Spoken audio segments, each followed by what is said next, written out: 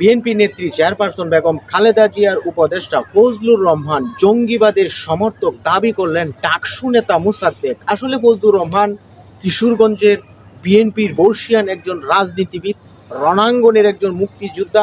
বিভিন্ন সময় বিভিন্ন ধরনের বিতর্কিত মন্তব্যের কারণে সর্বক্ষণে আলোচনায় থাকেন। সুতরাং কিছুদিন আগেও ফজলুর রহমানকে এই বিতর্কিত বক্তব্য, বিতর্কিত মন্তব্যের কারণে দল থেকে প্রাথমিক সদস্যপদ সহ বহিষ্কার করা হয়েছিল, স্থগিত করা হয়েছিল। পরবর্তীতে আবার তাকে সম্মানিত করা হয়েছে বীর মুক্তিযোদ্ধা এবং বর্ষিয়ান রাজনীতিবিদ। বিএনপির জন্য তিনি অনেক কিছুই করেছেন, অনেক ত্যাগ স্বীকার করেছেন, অনেক নির্যাতন সহ্য করেছেন।